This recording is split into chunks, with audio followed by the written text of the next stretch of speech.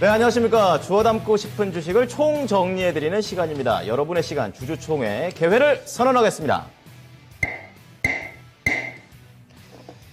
자, 오늘도요, 토마토 투자자문의 대표 운용력들이 함께 하십니다. 일일 대표가 돼서요, 기업에 대한 매력, 앞으로에 대한 비전, 이런 분들을 알려드릴 테니까요, 투자에 참고해 주셨으면 좋겠습니다.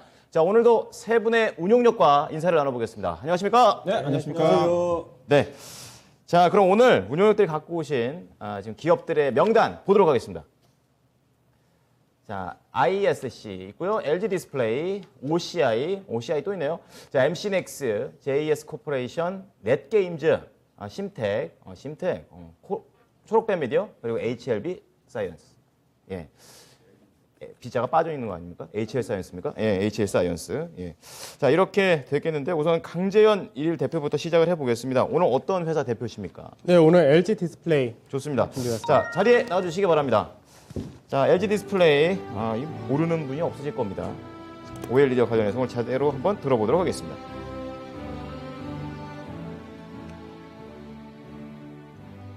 네, 안녕하십니까? 강재훈 운용입니다. 오늘 이제 LG 디스플레이 대표 주주가 아니라 대표이사로서 이제 설명을 해드리도록 하겠습니다.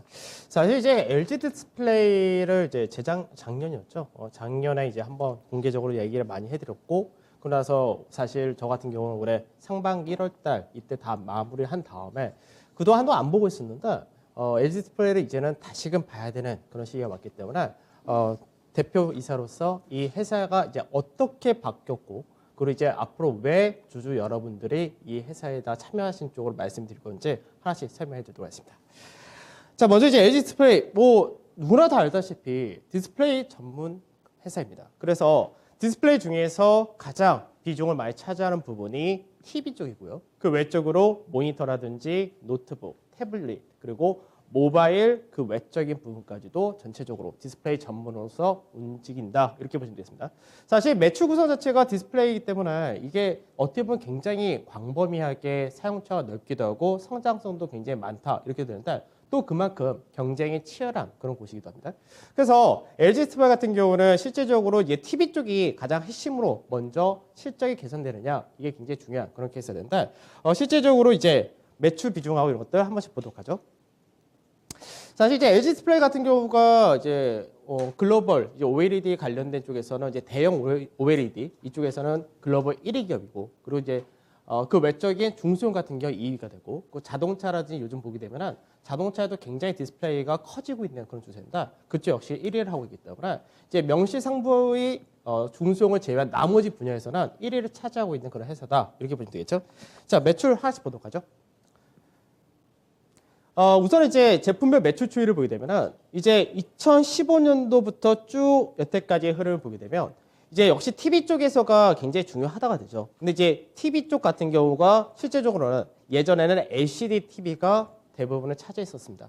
그래서 LCD TV 같은 경우는 굉장히 이제 많이 활성화되었고, 그만큼 뭐 중국이나 신흥국에서도 굉장히 수요가 많이 나타났었는데 문제는 뭐냐면 이때부터 중국에서가 아주 공격적으로 LCD 사업을 시작을 했고, 중국 정부에서의 보조금을 받아가면서 국내 회사의 거의 치킨 게임이 되고 있는 그런 상황인데, 문제는 그쪽이 훨씬 더 가격 경쟁력이라든지 파워가 세지다 보니까 결국 이제 대안으로서 이제 차세대 성장 동력을 준비한 것이 OLED TV 이렇게 되는데, 이제 OLED TV 자체가 이제 수율이라든지 여러 가지 문제가 있기 때문에 이 과정이 굉장히 오래 걸렸었고, 여기서 계속해서 적자를 보는 사업이 이어졌었다, 이렇게 보시면 됩니다. 근데 이제 최근 들어서 우리가 최근 보게 되면 자동차라든지 그 외적인 가전제품이라든지 다 고가로 상당히 많이 가고 있는데, 그러다 보니까 예전에 OLED TV가 출시됐을 때는 너무나 가격이 비쌌기 때문에 그런 부분에서 사실 판매 자체가 그렇게 원활히 나타나지는 못했다, 이렇게 되는데, 최근 들어서는 OLED TV 가격 자체가 좀 떨어진 부분도 있고, 수요라든지 그리고 가격 구매력이 상당히 높아지다 보니까 이쪽 역시 판매가 늘어난다, 이렇게 보시면 될 것 같고요. 그다음에 이제 모바일 쪽을 보게 되면은 사실 모바일도 예전에는 이제 LCD 쪽에서가 이제 애플의 납품도 많이 했었고 한때는 잘 나갔었는데, 이제 삼성에서의 이제 OLED 중소형 OLED가 워낙에 확장이 되었고 그쪽하고 경쟁도 안 되다 보니까 이쪽이 점점 줄어든 과정이 있었는데, 이제 POLED라고 해서 이제 그쪽을 서서히 키우면서 애플에도 납품을 본격화하기 하긴 했고, 그다음에 전장 부품, 그러니까 이제 자동차나 이쪽에도 역시 들어간다 됩니다. 그래서 지금 현재는 TV 쪽이 여전히 매출에서 가장 큰 비중을 차지하고 그 외적으로 이제 중소형 OLED와 그리고 이제 전장 부품 쪽에 서서히 늘어난다고 보시면 되죠. 그래서 실제로 TV 부분에서의 제품별 매출 비중을 보게 되면 예전에는 이제 2019년도까지가 대부분이 LCD TV가 매출의 대부분을 차지했다가 되고 이 부분이 이제 올해 그 작년 올해부터 어느 정도 역전이 되는 모습을 보여주면서 대형 OLED TV가 매출의 60%를 차지했고 내년에는 73% 정도 차지했기 때문에 결국 이제 LG 디스플레이가 그동안 제일 문제됐던 것이 LCD 이 이미지를 벗어나지 못하고 OLED 업체에서 평가를 못 받았던 부분이 매출 구성 자체가 아직까지는 LCD가 워낙에 압도적이기 때문에 그 영향에서 벗어나지 못했다고 하는데 이제 그 부분을 벗어날 수 있는 계기가 서서히 만들어진다 이렇게 보시면 되겠죠. 그러면 실질적으로 실적을 한번 봐야 되는데 사실 3분기 실적이 시장 컨센서스 대비해서는 하회를 많이 했습니다. 그런데 오히려 시장에서 주가 강하게 반등이 나온 배경이 무엇이냐? 사실 그 부분인데 실적을 보게 되면은 실적에서 우선은 이제 3분기 실적이 약하게 나왔던 가장 큰 이유는 LCD 패널 가격이 많이 하락을 했죠. 이제 우리가 코로나 시대를 겪으면서 재택근무라든지 이런 것들이 계속해서 더 커질 수밖에 없었고 그로 인해서 모니터라든지 그 외적인 부품이 많이 수요가 증가했기 때문에 LCD 패널 가격이 사실 굉장히 안 좋은 가격에서 급등세를 보였고 그 효과를 보다가 이제는 코로나가 이제 미드 코로나 바뀌면서 이제 그 수요 자체가 꺾였기 때문에 그런 부분에서가 사실 LCD 패널 가격이 굉장히 많이 하락을 하고 있는 그런 과정에 있다 됩니다. 그러다 보니까 그 부분이 실적에 악영향을 미쳤다 이렇게 되어 있는데 중요한 건 아까도 말씀드렸듯이 OLED 관련된 쪽으로 서서히 이제 매출의 증가라든지 이런 것들이 나타난다는 거죠. 그래서 OLED TV 같은 경우는 이제 매출 자체가 이제 서서히 증가하면서 이제 3분기 같은 경우는 1조 2,600억이 나타났다는 거죠. 그러면 규모 자체를 보게 되면 2분기까지는 LCD TV 쪽에서가 1조 3,860억 정도의 매출을 올렸고 그리고 OLED TV가 1조 2,500억이었습니다. 이 부분이 3분기 들어오니까 역전된 모습을 보여줬다 됩니다. 즉 LCD TV보다 OLED TV의 매출 자체가 이제는 더 우위를 차지한다는 것이고요. 4분기가 되게 되면은 이제 1조 1,100억 정도의 LCD TV 매출 반면에 OLED TV 같은 경우가 1조 4,500억으로 상당히 크게 격차가 이제 서서히 벌어지게 된다. 이렇게 보시면 될 것 같고요. 그 다음에 역시 마찬가지로 LCD 모바일 같은 경우 계속해서 이제 매출 자체가 줄어들면서 이제 3분기 같은 경우는 1,190억 정도 나왔는데 이제 OLED 모바일 같은 경우가 이제 9,530억으로 확연하게 대부분의 이제 회사의 체제가 변화해 되고 있다. 이 부분을 주목을 하셔야 될 것 같습니다. 그래서 실제로 대형 OLED TV 사업이란 부분이 사실 어떻게 얼마나 힘들게 완성냐 이 부분이 중요한데 실적을 한번 더 보도록 하죠. TV 부분별 실적을 보게 되면 대형 OLED TV 같은 경우가 사실 사업 자체는 굉장히 일찍 시작을 했습니다. 2013년부터 시작했는데 이 부분이 계속해서 적자를 보여줬었고 이 부분이 여기 보게 되면 3분기 실적에서 파란색이 아주 쥐꼬리만큼 살짝 보이는 게 있습니다. 이게 바로 OLED TV 자체가 이제 흑자 전환을 하는 모습을 보여줬다는 겁니다. 그래서 8년 동안의 사업 시작 이후로 드디어 흑자 전환을 했고 4분기부터는 이제 OLED TV 쪽에서 확연하게 이익의 증가를 보여준다는 거죠. 그러면 실제로 LCD 같은 경우가 그동안 적자 사업을 만들었고 이 대형 OLED 역시도 적자를 보면서 적자가 굉장히 컸던 부분이 이제 작년 2분기까지였습니다. 그 이후부터 이제 LCD TV가 올라가면서 LCD 가격이 올라가는 부분이 이익의 증가를 보여주고 서서히 이제 OLED TV가 적자를 축소하다가 이제는 역전되는 상황이 벌어진다는 거죠. 그러면 4분기 같은 경우는 이제 LCD TV 같은 경우는 적자가 되고 이게 내년 상반기까지는 적자에 벗어나지 못한다. 이렇게 시장은 전망하는데 그만큼 OLED TV가 충족을 해준다고 되고 내년 그 이후 한 하반기 정도 되면은 그때는 LCD TV 쪽에 대한 매출 자체도 많이 줄어들지만 그쪽에서 적자가 완화되고 OLED TV가 더 많은 영업이익을 낸다면서 이제 흑자 구조를 안정적으로 보일 수 있다. 이렇게 된 겁니다. 그래서 4분기 같은 경우는 영업이익률이 한 6.8% 정도 올라갈 것이다. 이렇게 전망이 되는데 그러다 보니까 실제적으로 실적만 딱 놓고 볼 때는 다음 화면 한번 보여주시죠. 그러니까 실적 추이를 보게 되면 실제적으로 계속해서 영업이익률이 마이너스를 보이고 매출액 자체도 감익이 됐던 구간이 2019년도까지였고 2020년 하반기부터 본격적으로 코로나 따른 수혜를 보면서 영업이익이 크게 올랐는데 실제로 이 2021년 올해죠. 올해 같은 경우 영업이익이 굉장히 크게 나타났던 부분은 코로나 수에 따른 효과가 나타난 거고 이게 꺾인다가 되겠죠. 꺾이는데 아까도 말씀드렸듯이 OLED TV에서가 이제 안정적인 이익을 낼 수가 있는 그런 구조가 되기 때문에 결과적으로는 2019년도까지 영업 매출 자체가 감소하다가 서서히 완만하게 매출의 상승세로 바뀌는 그런 구간에 들어왔다가 되는 겁니다.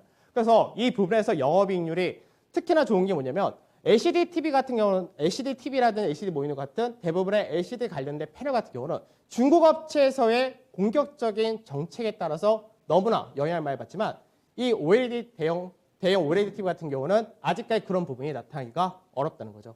그래서 안정적인 영업이 나타날 수 있고 이제 OLED 사업 자체도 마찬가지로 올해, 내년 그리고 내후년까지 계속해서 대형 OLED TV와 POLED에서 매출의 증가와 영업의 증가가 안정적으로 나타날 수 있다. 이 부분을 잘 생각하셔야 될 것 같습니다. 그래서 실제적으로 이제 국내외 OLED 관련된 캐파를 좀 살펴보게 되면 아직까지는 국내가 압도적으로 전체적인 캐파는 가지고 있습니다. 다만 이 부분이 이제 내년, 내후년 되면은 어느 정도 중국이나 이런 쪽에서도 캐파 확장을 계속해서 하고 있고 투자를 하고 있기 때문에 캐파는 거의 다 비슷해진다가 2023년 정도까지는 전망이 되는데 중요한 거는 아까도 말씀드렸듯이 대형 OLED TV 사업을 진출해서 사업을 시작해서 8년 만에 흑자 전환을 했다라고 말씀했죠. 그만큼 까다롭다는 얘기입니다. 그래서 실제로 출하 면적에 대한 전망을 보게 되면 국내는 출하가 늘어나는데 해외 출하분은 캐파 대비해서 상당히 더딜 가능성이 높다는 부분. 그래서 시장에서 중국에서의 그 가격 정책이나 이런 것에서 영향을 덜 받는 쪽이다. 이렇게 보시면 될 것 같습니다. 자, 그러면 이제 밸류적인 부분 한번 보도록 하죠. 밸류적인 부분을 보게 되면 실제적으로 실적, 단순하게 우리가 겉으로 보는 실적만 놓고 보면은 올해 같은 경우 영업이익이 2조 3천억 정도 나온다 되는데 내년에는 1조 5천억으로 감소가 된다 됩니다. 근데 이 감소란 부분은 아까도 말씀드렸듯이 코로나로 인해서 LCD에 따른 이제 수혜를 받던 부분이 없어진다 되는 거지. 실제로 앞으로 향후에는 OLED 쪽에서 영업이익이 더 안정적으로 꾸준히 나올 수 있다. 이 부분을 체크하셔야 될 것 같고. 그래서 예전 같은 경우는 영업이익률 자체가 굉장히 낮거나 적자를 보거나 이런 부분이 있었지만 앞으로는 5% 이상의 영업이익률이 꾸준히 나올 가능성이 상당히 높다고 보시면 될 것 같습니다. 그래서 밸류로 볼 때는 펄어 볼 때는 당연히 올해가 더 싸겠죠. 그리고 내년엔 더 비싸다 되겠지만 실제적으로 앞으로 이 회사 자체가 안정적인 OLED 업체로서의 평가를 받는 그 전환 구간에 지금 들어왔다는 부분을 생각하시면 될 것 같습니다. 그래서 실제로 이제 LG 디스플레이 밸류 자체가 펄어 딸 때 현재가 한 4.8배 그리고 내년으로 기준할 때는 한 8.4배 정도 된다 하더라도 실제로 국내외 OLED 업체들 다 비교를 한다면 절대 비싸거나 그런 부분은 아니다. 이렇게 보시면 될 것 같은데 실제로 그룹에 대해서 비교 좀 해보도록 하죠. 비교를 하게 되면은 우선 이제 우리가 제일 잘 아는 기업이 이제 중국의 BOE인데 BOE 같은 경우는 현재 밸류 볼 때는 약 7.8배, 그 LG 디스플레이가 5.8배 거의 왔다 갔다 한다 되고 내년 된다 하더라도 7.5배, 7.9배인데 아까도 말씀드렸듯이 차이는 뭐냐? LCD 업체와 이제는 OLED 업체로 구분 지어줘야 된다. 이 부분인 거고요.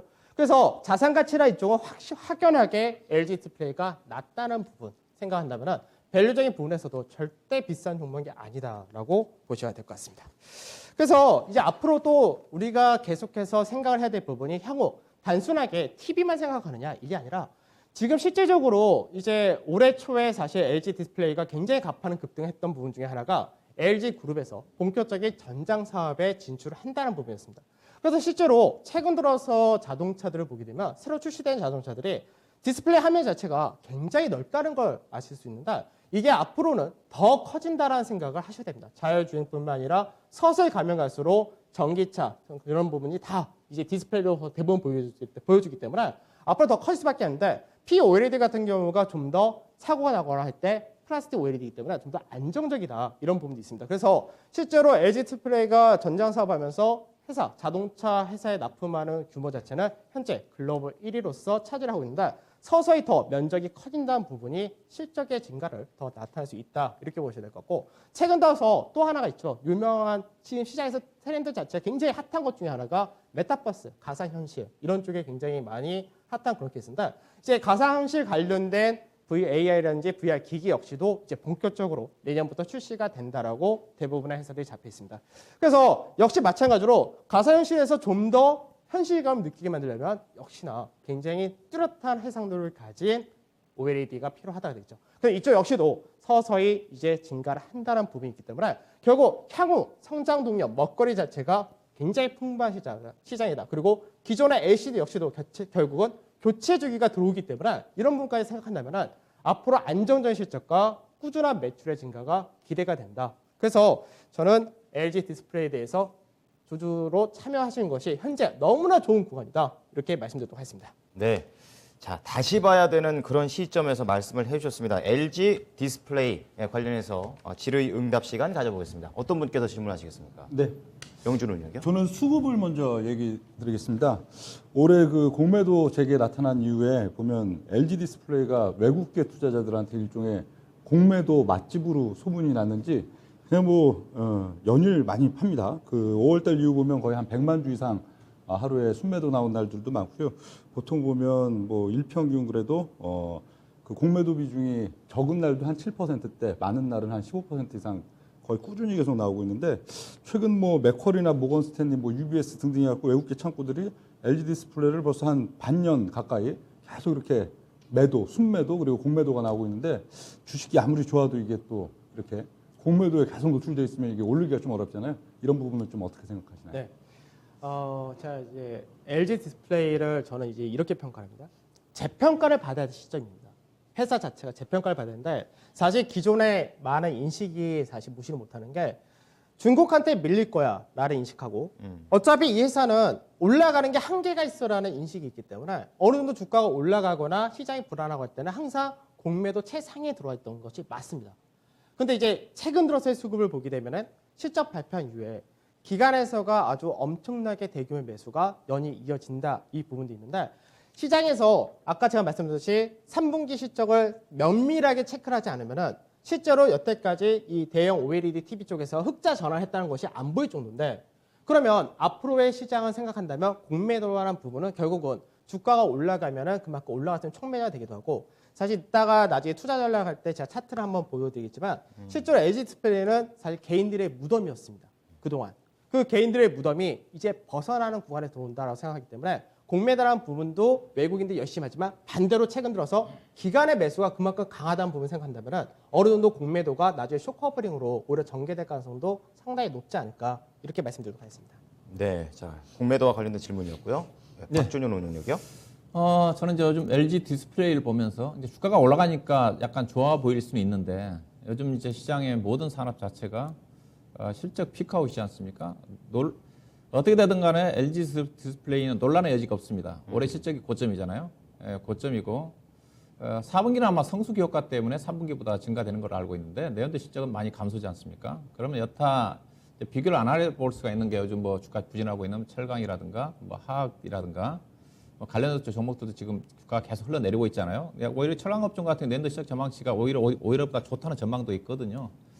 LG 디스플레이가 저는 최근에 이제 패널 가격이 10월달에 급격히 떨어진 거 아시죠? 네, 계속 떨어지고 있습니다. 이게 3분기 때까지는 패널 가격이 완만했었는데 10월달에 거의 아마 10% 정도 떨어졌거든요. 고점 대비해서 20% 정도 떨어졌기 때문에 결국 이제 성수기 효과 때문에 4분기 좀 좋겠지만은 앞서 이 회사가 우리 강경훈이 설명했다시피 이번에 실적 자체는 대형 OLED 쪽은 거의 흑자 전환들이 시점이고 네. 이익 났던 것 자체는 LCD란 말입니다. 실적이 가격이 급격히 떨어졌으면 LCD는 어차피 가면 갈수록 지금은 대형 패널 쪽에서만 제가 수익을 내는 걸 알고 있고 소형 패널 쪽은 중국한테 안전히 밀려났기 때문에 지금 얘기되는 건 LCD 쪽이잖아요. 그럼 중국도 대형 LCD도 그렇죠. 대형 LCD도 중국이 이제 따라올 것 같은데 BOE라든가 그럼 나중에 남는 건 결국 이제 OLED밖에 없거든요. 대형 OLED. OLED는 제가 보기엔 당분간 경쟁 유지가 좀 될 것 같아요. 그렇다 한다 하더라도 LCD 쪽에서 그 이익을 대부분 내고 있는데 OLED 쪽에서 얼마만큼 이익을 낼 수 있을지 그런 부분에 대해서 어떻게 생각하십니까? 네, 아까도 이제 이 표를 갖고 설명해 드렸는데 LCD TV와 OLED TV의 매출 자체가 지금 역전이 되었다라는 말씀드렸죠. 근데 이 부분은 4분기 내년 갈수록 더 확장이 되는 케이스입니다. 그러니까 매출 자체가 올해 전체로 볼 때 상반기까지는 LCD TV 쪽에서의 매출 자체가 더 컸었는데 하반기 갈수록 이 격차는 더 벌어진다는 거고요. 내년이 되게 되면은 이제 OLED TV 쪽에서가 매출 자체가 5조 9천억인 반면에 LCD는 4조 3천억으로 계속해서 축소가 된다고 보시면 될 것 같습니다. 근데 실제로 예전에 이제 LCD TV 가격 자체가 굉장히 패널 자체가 쌌을 때는 더 매출 감소가 나타난다 이렇게 되는데 지금 이제 LCD 패널 가격의 하락이 어떻게 나오냐면은 올해 그러니까 1분기 좀 지나서 2분기 중에 최고가를 만들고요. 계속해서 하락하고 있는데 이 전망은 내년 2분기까지는 계속해서 하락한다는 전망이고 반면에 OLED 관련된 패널도 역시 가격이 하락하는데 하락각 자체가 완만하게 떨어진다는 차이가 있겠죠. 그래서 그런 부분에서 차이가 있고 그리고 이제 아까 말씀드렸던 부분에서 실적 부분에서 아까 다시 한번 실적표를 한번 보여주겠습니까? 뒤에 거 맞나요? 화면이 나왔습니다. 이 화면 이거 말고 이제 그래프에서 보면 그래프. 아까 제가 이제 말씀드린 부분이 뭐냐면 시장에서 코로나로 인해서 특별하게 수혜를 봤었던 부분은 사실 일회성 이익이라고 생각한다면 지금 현재 여기가 일회성 이익이라고 생각한다면 전체적인 영업의 매출의 증가라는 부분은 꾸준하게 올라간다는 거죠. 그래서 올해 대비해서 당연히 내년 실적은 적지만 이 과정 자체가 기존의 예전에 패널 가격이 LCD 패널 가격의 급변동에 따라서 움직이던 그런 구간이 아니라 회사 자체가 안정적인 영업이익을 꾸준히 나타내면서 매출의 증가가 꾸준히 나타나는 과정이기 때문에 그런 부분에서는 올해보다 당연히 실적이 적다 하더라도 역시 재평가 받을 영역은 충분하다고 생각하는 거고요. 그리고 또 하나 말씀드리고 싶은 거는 아까 철강에 대해서 말씀하셨는데 철강은 실제로 실적이 굉장히 잘 나왔고 올해 어마어마하게 나왔죠. 그리고 내년에도 실적이 유지가 된다는 전망도 맞습니다. 그래서 이 부분은 제가 생각할 때는 이 시장에서 이제 여러 가지 역할을 하는 애널리스트라든지 이쪽에서가 평가 자체를 원자재 가격이 너무 많이 올라갔을 때 그때를 기준으로 평가를 하다 보니까 나중에 이거는 수정이 될 거로 생각합니다. 그래서 실제로 철강도 움직이겠지만 이런 LG 디스플레이 같은 모멘텀도 역시 무시할 수 없다는 부분이고 철강 같은 경우는 결국 수요가 풍부하다는 부분과 중국에서의 감산 영향 그리고 수출 제한 영향 이렇게 들어오지만 LG 디스플레이는 차이는 뭐냐면은 수요 자체도 전 세계지만 또 하나는 회사에서의 매출 구성 자체가 LCD가 아니라 OLED가 된다는 거죠. 그럼 현재 시장에서 OLED 재료라든지 소재라든지 장비 쪽은 당연히 그만큼 프리미엄 더 받고 더 비싸지만 실적 자체를 감안하더라도 그리고 자산 가치를 감안도 평가를 다시 받아야 되는 과정은 동일하지 않을까 이렇게 말씀드리도록 하겠습니다. 네. 한 가지 네. 일단은 대형 OLED 쪽은 지금 삼성이 참여 안 하고 LG만이 가고 있지 않습니까? 그러면 LG 같은 게 항상 불안할 수가 있거든요. 일본의 수온이라든가 삼성도 동반 함께 진출을 해야지 그게 표준화가 되면 확대가 되는데 그래서 LG가 대형 OLED 쪽에 적극적으로 드라이브를 못 거는 이유 자체가 나홀로 지금 가고 있기 때문에 그런 또 불확실한 부분은 없지 않을까요? 그래서 삼성에서가 사실 이제 대형 OLED 쪽을 안 하고 삼성은 이제 중소형 OLED 쪽을 완전히 장악을 해놓은 그런 케이스가 되는데 서로 약간 방향이 틀리긴 합니다. 그러니까 삼성에서 하고 있는 OLED 같은 경우는 중소형 OLED하고 그리고 LG 디스플레이가 하는 OLED는 약간 P-OLED로 약간 차이가 있는 그런 케이스고 실제로 삼성 같은 경우도 현재는 대형 OLED 쪽을 결국은 갈 수밖에 없다 하다 보니까 이제 삼성에서 LG 쪽에 구매를 할 가능성이 계속해서 언급이 되고 있기 때문에 오히려 삼성이 이제 서로 간에 규격을 맞춰서 표준이 안 된다는 부분이 아니라 삼성에서 오히려 대형 쪽은 그냥 LG 디스플레이부터 구매를 하겠다 이런 식으로 현재는 방향이 약간 무게추가 실려져 있는 상태라서 그런 부분을 본다면 그게 우려할 부분은 없다고 생각이 듭니다. 네. 자, 그럼 추가적인 질문이 없으시면 가격 전략으로 넘어가 보겠습니다. LG 디스플레이 가격 전략이요? 네. 차트를 보면서 좀 설명해야 될 텐데 차트를 보게 되면 아까 실적을 봤듯이 어떤 과정이냐면 OLED가 2012년부터 LG 디스플레이는 계속해서 박스권에서 제한적인 구간을 반복만 했던 그런 케이스입니다. 그러니까 LCD 패널 가격이 좋으면 좀 올라갔다가 패널 가격이 안 좋으면 내려왔다. 이게 반복이 됐던 케이스죠. 그러다가 이제 아까 봤듯이 2018년도, 19년도에 매출의 감소와 더불어서 대규모의 적자가 나타나면서 주가 자체가 크게 급락을 했고 그리고 나서 이제 코로나 이후로 계속해서 반등을 하다가 실적이 워낙에 잘 나오니까 예전에 박스권의 하단 자리 중간 마디까지 즉 27,000원 전후까지 한번 올라갔다가 최근 들어서 다시금 17,000원대까지 떨어졌는데 저점 대비 상승폭이 38.2%한 자리대에서 지지를 받은 거고 최근 들어서 2만 원 전후에서 움직이는데 이 자리가 10년간의 박스권 하단 자리를 다시금 타는 자리가 된 거고 아까 말씀드렸듯이 LCD가 아니라 OLED로 다시금 재평가를 받는 구간에 들어왔는데 10년간의 저점 자리대 이제 올라왔다고 보시면 되겠습니다. 그래서 실제로는 시장에서 상승폭이 크게 열린다라고 보는 거고 아까 이제 공매도 관련해서도 말씀하셨는데 LG 디스플레이를 장기 투자하신 분은 어떻게 되냐? 개인들, 이 검은색의 개인들의 보유 비중인데 이게 최대치까지 간 거였죠. 최근 들어 하락이 되면서. 최대치까지 갔다가 기관이나 외국인은 최바닥을 갔다가 지금 최근 들어서 역전되는 현상이 나타납니다. 즉 개인들은 그동안 쥐고 있던 물량을 너무나 고생했으니까 팔기 바쁘게 되고 외국인이나 기관이 서서히 들어오는 과정에 나타난다는 점에서 수급 역시도 개선이 되는 과정이다. 이렇게 보시면 될 것 같습니다.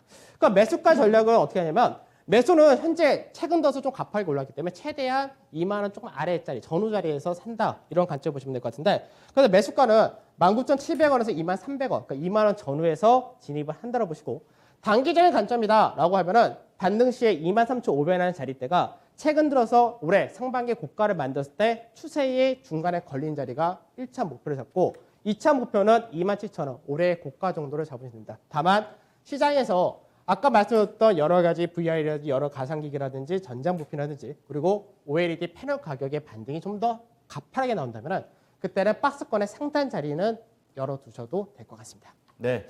자, 강재현 대표의 LG 디스플레이 가격 전략까지 들어봤습니다. 자리에 들어와 주시죠. 자, 다시 한번 정리를 해드릴게요. 매수가는 19,700원에서 23,300원 사이, 그 2만 원 근처에서 하면 되겠고요. 1차 목표가 23,500원 전후, 그리고 2차 목표가는 27,000원 전후에서 해보시면 되겠습니다. LG 디스플레이 안건을 정리하겠습니다. 자, 두 번째는 명준호 대표가 기다리고 있습니다. 대표님께서 어떤 회사입니까? 네, 저는 HL 사이언스 되겠습니다. 네, 자리에 나와주시기 바랍니다. 자, HL 사이언스. 자, 어떤 회사인지 약간 그 건강 기능식품의 느낌이 싹 나는데요. 자세히 들어보겠습니다.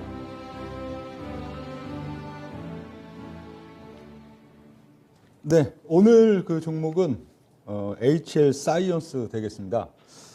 근래에는 운용력이 주로 좀 중장기적으로 굉장히 긴 시간 동안 주가가 많이 빠지고 또 많이 빠지는 단계에서도 또 상당히 오랜 기간을 바닥에서 좀 기고 있고 이런 좀 중장기 낙폭과되면서 또 가치는 좋은 기업들 중심으로 좀 소개를 드리는 그런 편인데요. 최근 시장 트렌드가 그런 것 같습니다. 최근 이제 가을, 뭐 이제 초겨울이지만 그 넘어가면서는 좀 너무 중심값, 주가 자체가 좀 많이 높은 그런 종목들은 상당히 버겁고 또 급락도 많이 나오고 하는 반면에 좀 중장기적인 위치가 상당히 낮으면서 거기서 이제 터닝이 나타나는 종목들.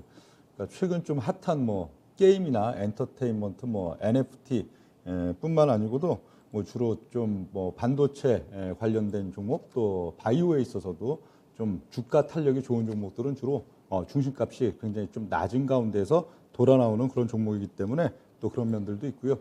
예, 오늘의 이제 종목 HL 사이언스 지금 보였는데요. HL 사이언스 있어서 본다면은 여러분들이 이게 뭐 바이오준가 뭐 생명과학준가 싶겠지만 사실 뭐 건강기능식품이라고 볼 수가 있겠죠. 다음 페이지 딱 보시면 HL 사이언스는 이거구나 하고 아실 수가 있겠는데요. 닥터 슈퍼칸이죠. 여긴 무슨 이제 방송이니까 아마 이 이름을 가려놓은 것 같은데 가장 오래된 이 회사가 이제 상장 전에 돈을 많이 벌어서 이제 상장을 할 수 있게 된 그런 품목이 역시 닥터 슈퍼칸 되어 있고요. 이게 가장 오래되고 가장 뭐 누구나 좀 들으면 알 수 있는 그 상품들이 되어 있고요. 최근 기조들 이제 한 2017년도 17년 이후 상장 이후에 본다면은 닥터 슈퍼칸에 대한 이제 이 회사의 매출 비중, 영업이익 비중은 점점 많이 줄어듭니다. 최근에는 거의 한 13% 정도까지 굉장히 줄었는데요. 그건 이제 닥터 슈퍼칸이 잘 안 팔리고 인기가 없어져서라기보다는 이제 다른 품목들의 이제 매출과 이익이 크게 늘어나면서 이 닥터 슈퍼칸에 대한 이제 매출 의존도는 상당히 좀 떨어졌다 그렇게 좀 볼 수가 있겠는데요. 이제 다음 페이지 보시면요, 이 닥터 시리즈 최근 뭐 닥터 슈퍼칸이 있어서는 이걸 일종의 좀 이렇게 이 닥터 슈퍼칸이 그동안은 거의 한 품목 단일 품목이었는데 멀티비타민을 함유한 쪽 그리고 뭐 프로폴리스를 함유한 쪽, 뭐 여성 제품을 함유한 쪽, 루테인을 함유한 쪽 이런 식으로 좀 다각화시키는 그런 구조들을 지금 좀 가져가고 있고요. 다음 페이지 보면 요 석류 시리즈 되겠습니다. 이 기능성 석류 농축액 베이스 이것도 상품이라 이걸 다 가려놨네요. 네, 이쪽 석류 시리즈들은 뭐 갱년기 증후군 관련해 갖고 좀 개선 효과가 높다 그리고 여성분들 뭐 피부, 보습, 피부 건강 유지 이런 쪽 관련해 갖고 과거 이 주가가 이제 이 HL 사이언스 주가가 한 2017년 말에 주가가 바닥을 기다가 확 올라간 적이 있는데 그 시점이 이런 2018년이군요. 2018년도 말에 주가 확 오를 때 요 기능성 석유 농축액 관련해서 이제 뭐 특허 상당히 인증 획득했다. 그리고 여기에 대한 이제 판매가 개시되면서 주가가 상당히 또 크게 기존에는 이제 닥터 슈퍼칸 매출과 이익에 거의 의존을 했다면은 그런 양상들 나오면서 주가가 또 상당히 크게 올라갔던 적이 있고요. 다음 페이지 이제 보면요. 이제 석유 시리즈 있어서는 아까 뭐 설명드렸던 그런 내용이고 다음 페이지 이제 보면요. 새싹보리 시리즈가 매출과 이익 기여에 상당히 큰 기여를 했죠. 2019년도 같은 경우가 이 새싹보리 열풍 해갖고 이런 새싹보리 관련된 건강기능식품이 상당히 유행하고 많이 팔리던 시점들인데 그 열풍을 가장 또 주도했던 게 HL 사이언스의 이 새싹보리 시리즈들. 그래서 실적도 당시에 상당히 크게 늘었고 지금 같은 경우에도 거의 매출과 이익의 거의 한 절반 이상을 지금 새싹보리 시리즈들이 상당히 좀 올리고 있는 이런 면들이 되겠는데요. 과거 2019년도 하반기에 이 새싹보리 관련해 갖고 또 하나의 파동이 있었었죠. 새싹보리 중금속 그리고 대장균 파동해 갖고 이것 때문에 상당히 또 새싹보리 시장 자체가 좀 출렁출렁하고 있을 때 있는데요. 당시는 뭐 그 문제가 됐던 회사는 이 HL 사이언스의 시리즈들이 아니고 타사 파동이었고 그것 때문에 오히려 또 주가가 크게 올랐던 HL 사이언스도 또 상당히 주가가 반락하기 시작하는 그런 요인들도 되긴 했었는데 그 여타 이제 경쟁사들 있어서의 그런 뭐 중금속 대장균 파동 이런 것 때문에 오히려 HL 사이언스의 새싹보리 시리즈들은 그 브랜드 값어 뭔가 파워 그리고 또 이제 상품에 대한 또 이 신뢰도가 상당히 높아지면서 이익과 매출은 상당히 계속 잘 나오고 있는 그런 지금 단계가 되어 있고요. 다음 페이지 이제 보면요. 새싹보리 시리즈 뭐 현재 있어서도 상당히 중요한 캐시카우가 된다 하는 것들이고 뭐 새싹보리 이게 뭐 열풍이 불 당시에는 이런 뭐 당뇨나 면역, 식이섬유 그런 식이섬유가 상당히 좀 다량 함유되어 있다 해갖고 상당히 뭐 면역력을 높인다 하는 그런 그런 면들이 상당히 있었었고요. 다음 페이지 이제 보면요. HL 사이언스의 현재 매출 비중 최초 이제 상장 전에는 거의 닥터 슈퍼칸의 매출과 닥터 슈퍼칸의 이익을 기반으로 회사가 거의 한 10년 이상 동안에 꾸준히 이익을 내면서 어느 정도 성장을 거둬왔다면은 그 이후 상장 이후에 보면은 이런 석유 시리즈 그리고 이제 새싹보리 시리즈 이쪽에 새로운 캐시카우로 들어오면서 이익이 크게 늘어나던 시점들이 이제 2018년, 19년 이후 현재까지의 단계가 되어 있고요. 그러다 보니까 이제 밀크 시슬군 결국 이 닥터 슈퍼칸 관련 그 매출 비중들은 계속 줄어들고 있습니다. 이거는 안 팔려서 줄인 게 아니고 다른 쪽 매출이 상당히 크게 늘어나서 그런 양상들이 나타나고 있고요. 다음 페이지 이제 또 보면요. 현재 보면 이제 신규 사업 그리고 신제품 관련해서는 요 시소스, 요것도 시소스라는 게 보면 요 뭐 담쟁이 넝쿨과의 뭐 식물이라고 하는데 요 다이어트 제품들 그리고 이제 뭐 우슬 복합물 기반 관절 연골 제품, 관절 퇴행성 뭐 관절염 관련된 이런 물질 관련된 또 제품들 그리고 이런 뭐 식약처 인증 위해서 뭐 CDMO 사업 진출 그래서 임상 시험을 수탁하고 또 위탁 생산, 위탁 연구 개발을 하는 일종의 CRO 관련된 그런 품목. 그러니까 여기가 단순히 건강 기능 식품을 좀 넘어서 좀 바이오의 회사로서 좀 슬슬 머리를 내밀겠다 하는 그런 면들이 되어 있고요.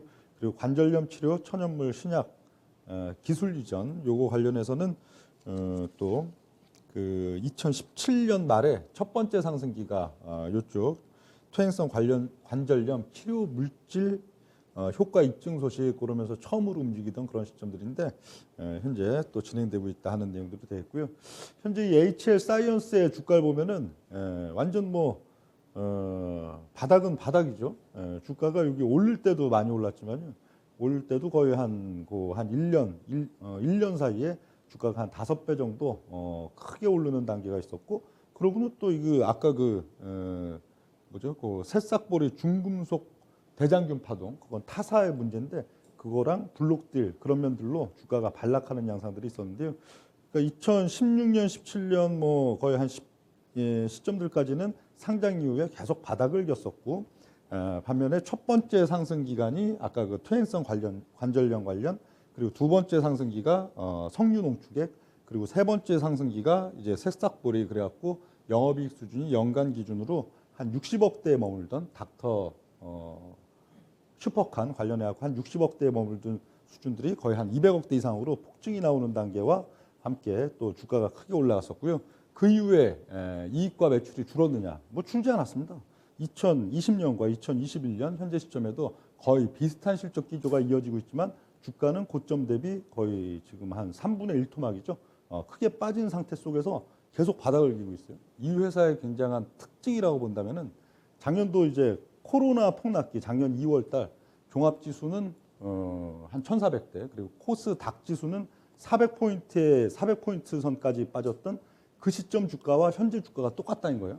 그때 이제 코로나 폭락 때 바닥 가격이 36,200원인데 현재 주가도 36,500원. 그렇다면은 코스닥 지수가 400포인트에서 1,000포인트로 현재 2.5배가 올라와 있는데 이 기업은 아직도 지수로 치면은 400포인트에 머물러 있는 그런 면들인데 이 기간 동안에 기업 가치가 그만큼 크게 훼손을 해서 못 오르고 있다면은 메리트가 상당히 좀 떨어지겠지만 기업 가치는 오히려 굉장히 지금 좋은 상태가 유지되고 있는데 반면에 주가는 거의 코스닥 지수 400포인트 선인 부분들이 최근의 기조 지금은 그 좀 시장의 수급들이 막 비싼 종목 안 올리죠. 고퍼 막 이런 것들 싫어합니다. 오히려 중장기적으로 찬찬하게 이렇게 좀 바닥을 기고 있는 종목들을 관심을 갖는 그런 기관 수급과 외국인 수급의 기준이기 때문에 상당히 좀 메리트가 있다 그렇게 또 볼 수가 있겠습니다. 네. 네, HL 사이언스 이거 어디서 봤나 했더니 예전에 홈쇼핑에서 많이 시켜 먹던 그런 경험이 있습니다. 자, 이 종목과 관련해서 이 기업과 관련해서 어떤 부분이 좀 궁금하실까요? 네, 박준호 의원님요. 네, 일단은 저도 설명을 좀 들어봤는데 그냥 저는 이제 우리 명준 용역이 바이오 쪽에 좀 많이 관심을 가지고 있어서 이쪽이 건강식품 플러스 바이오 산업과 관련된 성장성 부분을 저는 강조하지 않겠나 했었는데 그 부분은 아닌 것 같아요. 결국은 이 정도 갖고 나온 부분 자체는 펀더멘탈 측면, 낙폭과대 가치주 관점에서 얘기한 것 같아서 그에 따라서 제가 질문 좀 하고 싶은데요. 근데 건강기능식품이니까 건강기능식품에서 이제 상장된 회사가 대표적인 회사가 이제 콜마 B&H가 있고, 그다음에 코스맥스 MBT가 있고, 종근당 건강 있고, 제가 개인적으로 관심 갖고 있는 뉴트리라든가 종목들이 있어요. 관련 종목들과 이제 밸류를 비교해 보면 일단 예산은 펀더멘탈 측면에서 괜찮은데 실적 자체가 지금 이제 정체지 않습니까? 예사가 작년도 이제 코로나 국면 때 이제 건강에 대한 중요성이 강조되면서 실적이 많이 성장을 했고, 현재 상반기에 본다 한다면 작년도와 거의 비슷하거든요. 이제 제가 보기에 추정해 보면 작년도 비싸게 나올 것 같아요. 영업이익은 적게 나올 것 같고 단기 수익은 작년도 196억 정도 수준이에요. 그러면 중소형 종목들은 성장하지 않으면 쉽지 않은데, 근데 같이 이제 비교를 해본다 한다면 콜마 B&H라든가 뉴트리라든가 종목들은 최근에 2, 3년 동안 40%, 50% 성장을 하고 있고 PR도 지금 10배 미만, 뉴트리 같은 게 10배 미만이거든요. 뉴트리도 건강기능식품 쪽인데 다이어트라도 이 종목도 다이어트 관련 식품이 있지 않습니까? 이렇게 보면 저는 아주 이 종목이 가치 측면에서도 싸다는 거 인정하는데 아주 뚜렷한 그런 목표 어떤 상승할 수 있는 중소형 종목에서 성장 매력은 크지 않지 않겠나 생각이 되는데 그에 따른 의견 어떠십니까? 네. 뭐 콜마 B&H 같은 경우에도 작년에 보면 작년 상반기에 주가 아주 크게 올라갔었죠. 그리고는 또 작년도 하반기와 올해 있어서는 또 주가가 크게 빠지고 있는 그런 지금 시점들인데 이 회사는 이미 먼저 빠진 게 상당히 장점이라고 봅니다. 오히려 지금 한 19년도 상반기를 피크로 코로나 쇼크 이전에 먼저 많이 빠졌고 코로나 쇼크를 받으면서 또 저점을 한번 터치하고도 크게 반등을 안 하고 코스닥 지수 400 수준에 머물러 있기 때문에 현재 시점 같은 경우에 이익의 급증, 매출의 급증, 뭐 또 모르죠. 내년도에 이익이 또 더 좋아지는 굉장히 어떤 동력이 나타날 수도 있겠지만 그런 게 없는 양상 속에서도 시장에 있어서는 지금 시장이 원하는 종목들은 좀 이런 종목들이기 때문에 상당히 좀 연말 연초에 수급 효과가 나타날 가능성이 높다 그렇게 좀 보여지는 면입니다. 네. 자, 추가 질문, 방재훈 의원님께요. 저도 이제 닥터시스 그거를 먹어봐서 아는데 이게 사실 운동을 할 수 없는 여건이었잖아요. 코로나 때문에. 그러다 보니까 이제 건강 보조제를 열심히 먹었단 말이에요. 근데 문제는 건강보조제가 한계가 명확히 있는 게 사실 운동을 안 하면은 그 한계가 딱 와버리는 걸 느끼는데 이제 위드 코로나가 되면서 이제 사람들이 이제 매출을 하게 되고 이제 운동이라든지 이쪽이 현재 딱 보게 되면 최근 들어서 운동이나 이쪽에 대한 문의라든지 실제로 굉장히 많이 증가한다는데 네. 운동을 많이 하게 되면 건강보조식품을 덜 먹지 않을까요? 닥터 슈퍼칸만으로 본다면 닥터 슈퍼칸은 일단 코로나 피해주죠. 이거는 술이잖아요, 술. 예, 간이니까. 아, 그렇죠. 예, 작년도 이제 올해 이 영업정지 이런 것 때문에 맞아요. 예, 음주를 별로 안 하니까 이제 간에 대한 그렇게 스트레스가 별로 없었단 말이에요. 이제 이게 풀리면 술을 또 많이 먹으면 사람들이 그렇죠. 예, 이제 간을 챙기게 되고 그럼 또 닥터 슈퍼칸 뭐 그런 뭐 네, 말씀드리겠습니다. 야, 이제 술 먹을 수 있죠. 예. 자, 추가적인 질문 없으시면은 예, 가격 전략 바로 들어가 볼게요. 네, 가격 전략에 있어서는 이 종목은 뭐 좀 단기적인 어떤 포인트보다는 한 연말 연초 좀 중기적인 뭐 그런 연말 연초 기간 동안의 포인트로 여기서는 현재 뭐 큰 목표치 이런 뭐 추세적인 큰 상승 그런 게 뭐 나올 만한 포인트라기보다는 현재 주가 한 36,500원 이러고 있는데 한 48,000원 정도 내년 뭐 연초 1, 2월 48,000원 정도에 한 25% 정도 그 정도 목표치를 삼는 게 좋지 않나 그렇게 좀 판단을 합니다. 네, 명주는 일일 대표의 HL 사이언스 들어갔습니다. 자리에 돌아와 주시죠. 자, HL 사이언스 목표가 48,000원입니다. 지금 짧게 보는 건 아니고요. 내년 1월, 2월 정도 연초까지 보고서 이 종목에 한번 접근을 해보자라고 얘기를 해 주셨습니다. 자, HL 사이언스 안건을 정리하겠습니다. 자, 이제 마지막 타자네요. 시간이 금방 갑니다. 박준현 일일 대표입니다. 오늘 어떤 회사입니까? 네, JS 코퍼레이션을 가지고 나왔습니다. 네, 자리에 나가주시기 바랍니다. 자, JS 코퍼레이션. 자, 과연 어떤 회사인지, 그리고 회사에 대한 비전은 어떤 것들이 있는지 알아보겠습니다. 예, 제가 오늘 일일 대표 자격으로 가지고 나온 종목은 JS 코퍼레이션입니다. 자, 이 종목을 제가 선정한 부분 자체는 오늘 미국의 FMC 이벤트가 끝났습니다. 이제 시장의 관심은 연말 미국의 소비 시즌으로 넘어갈 것 같고요. 대표적인 종목이 이 종목이고 또 이 종목을 제가 최근에 관심을 갖게 된 부분 자체는 올가의 전설로 떠나는 영웅이라는 책을 떼는 피터 린치라는 사람이 있습니다. 생활 속에서 투자 유망 종목을 발굴하는 대표적인 회사 그분이죠. 그래서 이분이 연평균 29.5%에다 최근 1977년도부터 99년도 사이에 13년 동안 무려 경이적인 2,500% 수익을 냈던 분인데 그분이 이제 생활 속에서 투자 아이디어를 구하는 사람 중에 대표적인 사람이거든요. 와이프라든가 애들이 백화점에 가서 인기 있는 제품을 사는 경우 그 제품을 눈여겨봐서 산다든가 이제 그런 어떤 부분인데 최근에 이 부분 자체가 회사가 원래 이제 의류라든가 핸드백 회사이거든요. 요즘 시장 주부들뿐만이 아니라 젊은 층이 가장 인기 쪽에 백화점 쪽에 의류보다는 핸드백 쪽입니다. 핸드백 같은 경우 명품관 같은 경우는 사전에 보는 것 자체도 힘들다는 걸 알고 있고요. 사전에 보는 것 자체, 견학하는 것 자체도 미리 직접 내 방에서 근데 샤넬이라든가 사넬이라든가 그렇죠 구찌라든가 관련 것들 구경하기 위해서는 백화점에서 미리 예약을 하고 난 다음에 들어가야 할 정도고 그런 것 같고요. 그다음에 우리 아들이 이제 제대를 얼마 남지 않았는데 최근에 제대하면 뭘 선물해 줄까 했더니 카톡으로 그림을 보였던데 근데 그게 우리 애가 그렇게 명품을 좋아하는 애는 전혀 아니거든요. 어떤 가방, 약간 젊은이들이 요즘 선호한다고 하더라고요. 봤더니 그런 쪽의 유행인 것 같습니다. 요즘 알다시피 코로나 이후에 가장 바뀐 것 자체가 아마 골프 인구일 겁니다. 지금 오늘 또 골프장이 신고가거든요. 골프장에 가보신 분은 아시겠지만 젊은이들이 되게 많습니다.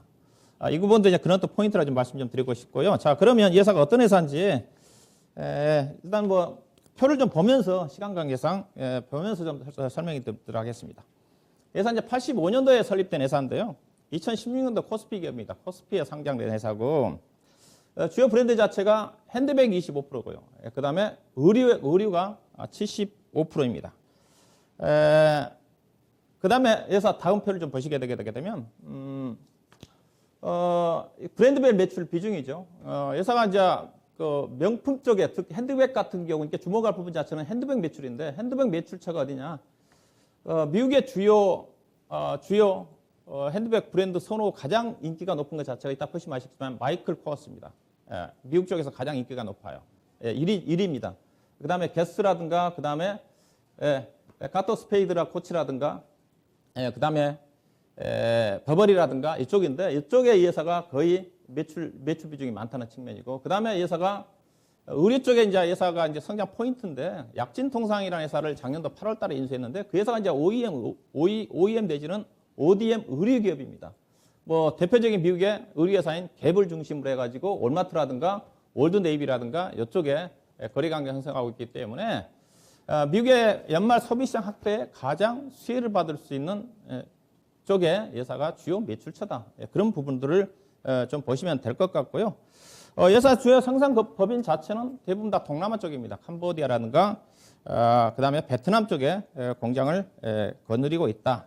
그렇게 좀 회사를 간단하게 이해하시면 될 것 같고요. 자, 그렇다면 회사 이제 포인트입니다. 이 종목을 포인트 자체 투자를 보내드리고 싶은 포인트 자체 첫 번째 부분 자체는 즉 미국 연말 소비 시장에 거는 기대라는 거죠.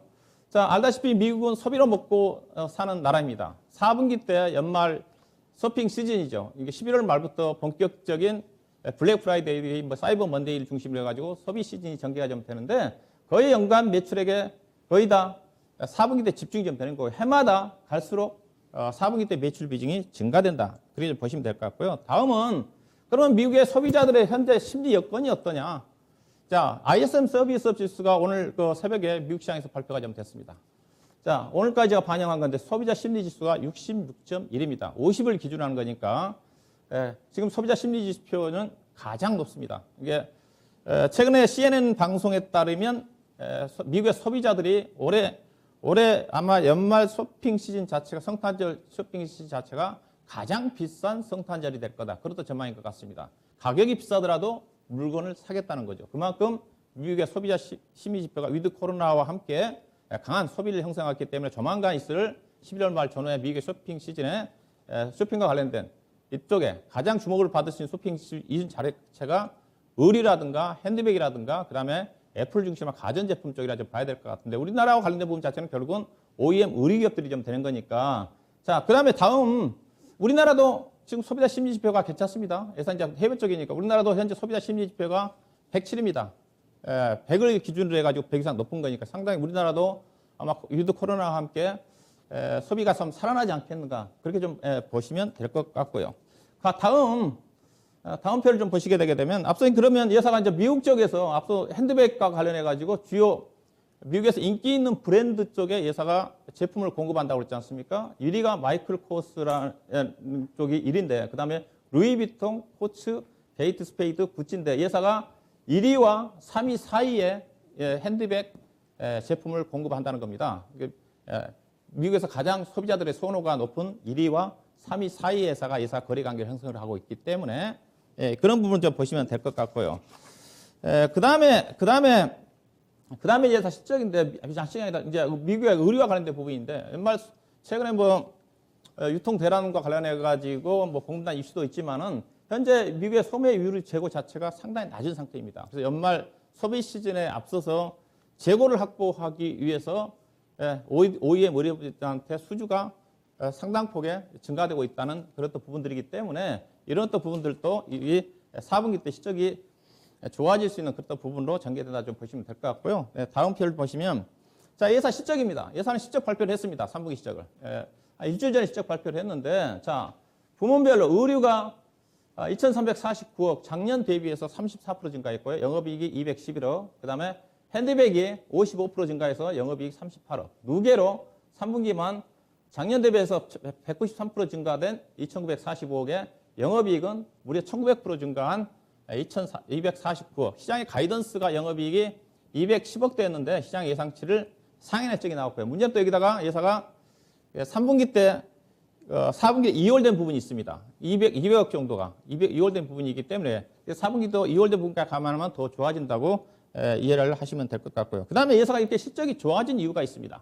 새로운 핸드백과 관련된 어떤 명품 수요 증가도 있지만은 회사가 작년도에 약진통상이라는 회사를 아주 헐값에 인수했습니다. 회사가 약진통상이라는 회사가 3월 달에 코로나 국면 때 칼라힐이라는 사모펀드에서 가지고 있던 쪽이었는데 그 물량을 예사가 얼마에 인수했냐면 약 593억 원에 인수했습니다. 2019년도 기준에서 매출액이 5천억이었고 143억 이익 난 회사였거든요.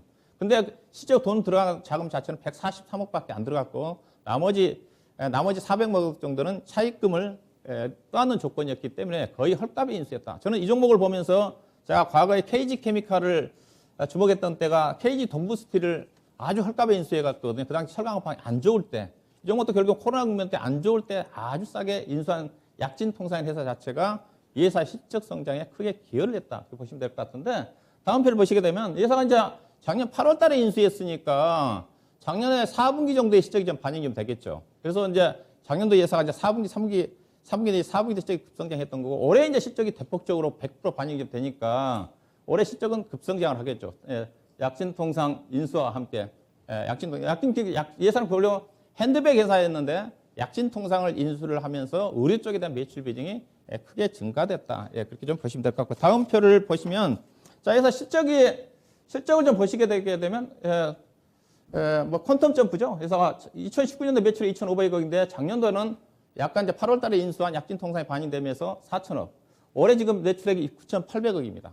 충분히 앞서 얘기했다시피 3분기에만 3천억이 나왔기 때문에 충분히 달성이 가능할 것 같고요.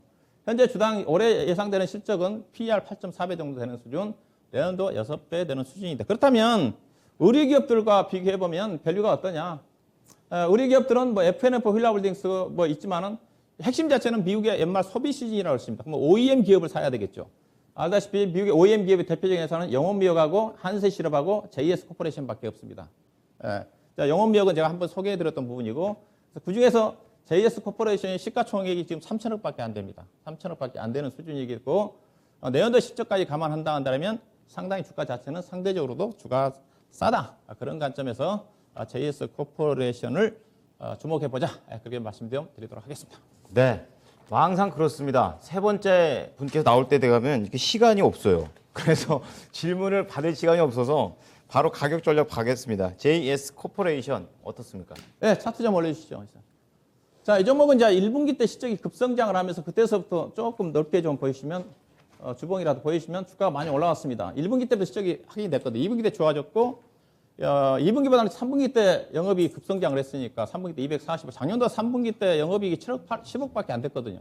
예, 그래서 최근에 실적 발표 이후에 한 단계 상승한 이후에 지금 조정을 좀 받고 있는 상태입니다. 그래서 충분히 기간 조정을 그 2주 정도 받았어요. 실적 발표 한 단계 상승 이후에. 그래서 현재 가격대 매수가 가능할 것 같습니다. 그래서 25,000원도 한 500원 정도, 5,000원, 500원 정도까지 매수 좀 보시면 될 것 같고 이 종목은 충분히 제가 보기에는 뭐 올해 36,000원 정도 뭐 11월 달까지 미국의 소비 시즌에 대한 관심이 전개된다 한다면 대표적으로 주목할 필요가 있을 것 같고요. 내년도까지 본다 한다면 42,000원까지 갈 수 있는 종목이다. 그래서 올해 목표 주가는 36,000원, 손절 가격은 현재 매수 가격 25,000원 기준에서 10% 정도 해당되는 22,500원을 손절로 보시면 될 것 같습니다.